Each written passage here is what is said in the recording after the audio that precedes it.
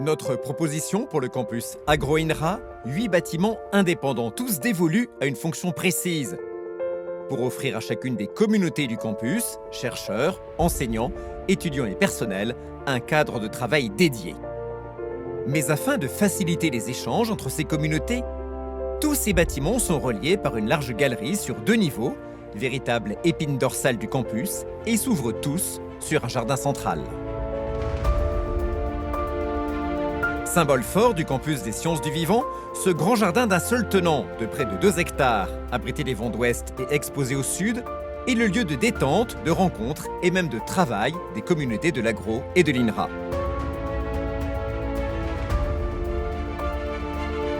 Une grande pelouse arborée en constitue le centre, bordée d'un bassin à l'est, et de lisières arborées au contact des bâtiments qui l'entourent, comme un écrin.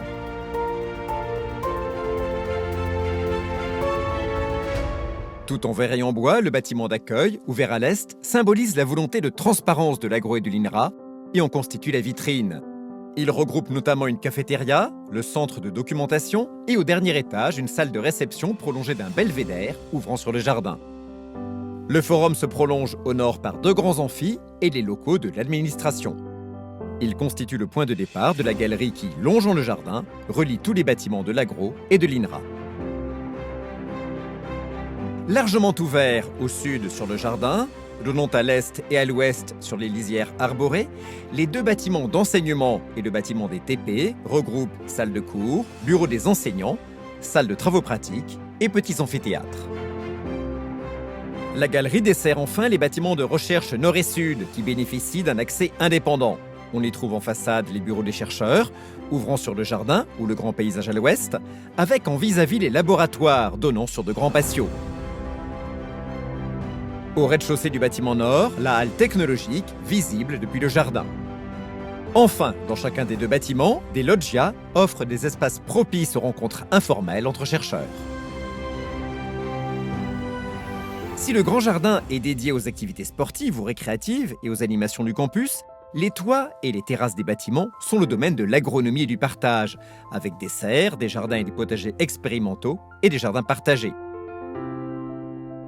En continuité avec la canopée du jardin central, des espaces sauvages végétalisés servent de relais de biodiversité.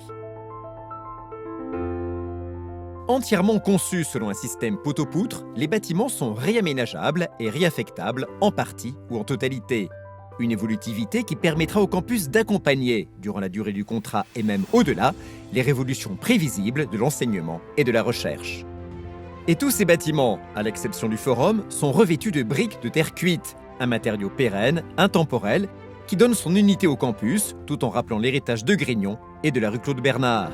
Il constituera la signature extérieure de ces 2 institutions que sont l'agro et l'INRA. Un campus où tous, chercheurs, enseignants, élèves, personnels, travaillent dans des locaux indépendants, mais où l'architecture favorise les échanges entre les communautés. Un campus accueillant, ouvert sur le quartier.